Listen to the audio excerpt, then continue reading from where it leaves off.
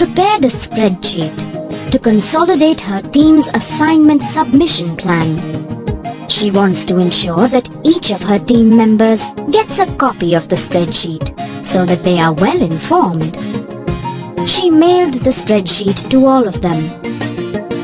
However, she wants each of them to have a printout of the same for quick reference and visibility.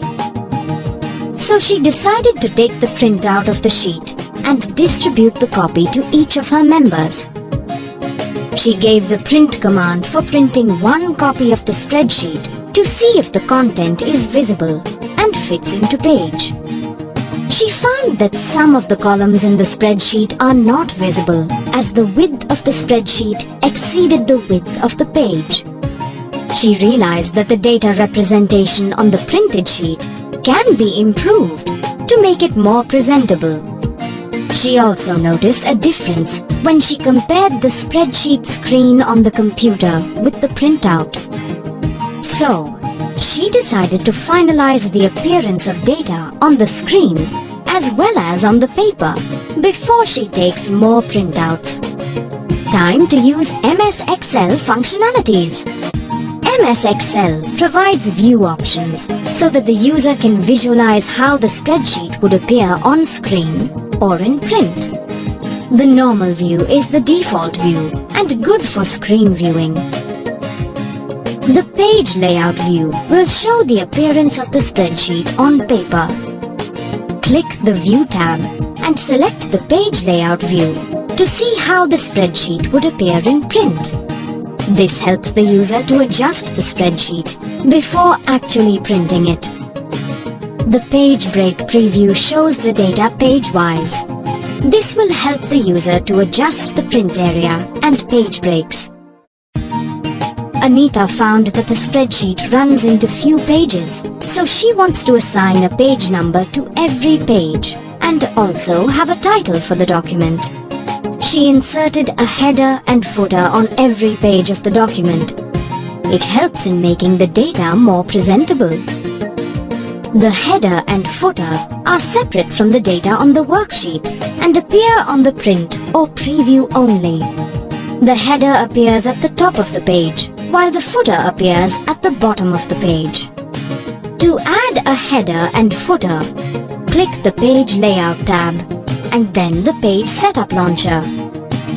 The Page Setup dialog box opens up. Click the Header and Footer tab. Select the header and footer from the drop-down list. Alternatively, we can customize the header and footer as per our requirement by clicking the Customize button. Here we have 3 different sections: left, right, and center. The user can add different information on the header and footer. To add information, click the Page Launcher tag, Header and Footer window. The Page Number button inserts the page number. The Date button inserts the current date. The File Name button inserts the file name. The Insert Picture button is used to insert images.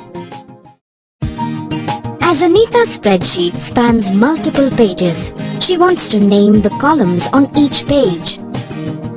This helps the user to have a clear understanding of what they are going through on the pages of the spreadsheet. In the example, the columns in the second page are not labeled, and thus it is difficult to understand the columns. MS Excel provides the facility to repeat the names of the columns on every page of the printout. In the example, the number of columns that need to be printed can be set. In the Page Layout tab, click the Page Setup launcher to open the Page Setup dialog box. Select the Sheet tab and then select the number of columns. The same tab can be used for setting the size of the title to be shown on each page. MS Excel provides the facility to set up the margin and layout. To set up the margin, select the Margin tab of the Page Setup dialog box. The user can select the landscape page orientation when the number of columns is high in the spreadsheet. This setting helps to adjust the width of the columns to suit the size of the page. In the example, click the Page Layout tab. Go to the Page Setup group. Click Orientation and then select Landscape from the drop-down list. In order to print the specific area of the worksheet, select the View tab. Go to the Workbook View group. Click Page Break Preview. Select the area that you need to print. Right-click on the selected area and then select Set Print Area.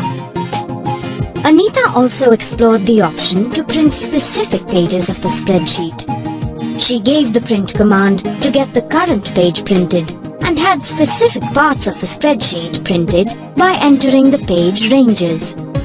This helped her to avoid wastage of paper. The example shows how to print a selected range. Click the File tab. Select the Print option. Set the page ranges in the text box under Settings in the Print dialog box, and then click the Print command. Let us summarize what you have learnt in this animation.